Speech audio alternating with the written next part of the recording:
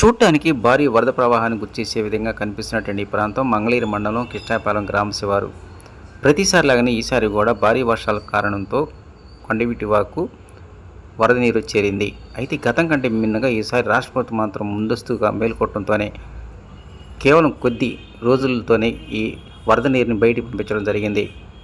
ఒకవైపు భారీ వర్షాలు వరద నీరు రావటం, అదే సమయంలో విజయవాడ పడమర బైపాస్ రోడ్డు నిర్మాణం పుణ్యమంటూ వాటిలో ప్రధానమైన బ్రిడ్జి నిర్మాణ పనులు చేపట్టారు.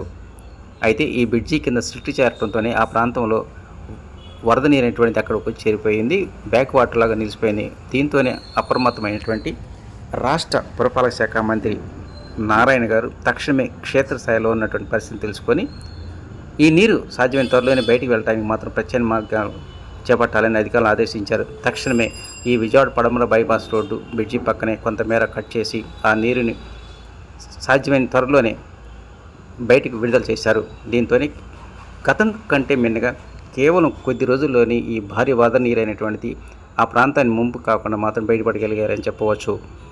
అంతర్జాతీయ ప్రమాణాలతో నిర్మాణం జరుగుతున్నటువంటి అమరావతి రాజధాని ప్రాంతానికి అటు కొండవీటి వాగు, అదేవిధంగా పాలవాగు నుంచి ఎలాంటి ముప్పు లేకుండా రాష్ట్ర ప్రభుత్వం ఇప్పటికే ముందస్తు చర్యలు చేపట్టింది. దాదాపు 40 కిలోమీటర్ల మేర కొండవీటి వాగు, అదేవిధంగా పాలవాగు విస్తరణ పనులకు శ్రీకారం చుట్టింది.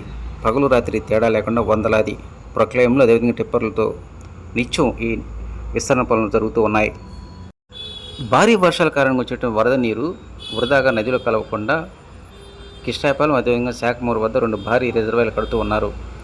ఏదేమైనా ఈసారి మాత్రం రాష్ట్ర ప్రభుత్వం తీసుకున్నటువంటి కీలకమైన నిర్ణయం పుణ్యమంటూ గతంలో లాగా రోజుల తరబడి వరద నీరు అనేటువంటిది అమరావతి రాజధాని ప్రాంతంలో నిలవకుండా తక్కువ సమయంలోనే వరద నీరు మాత్రం నదిలోకి మళ్లించగలిగారని చెప్పవచ్చు.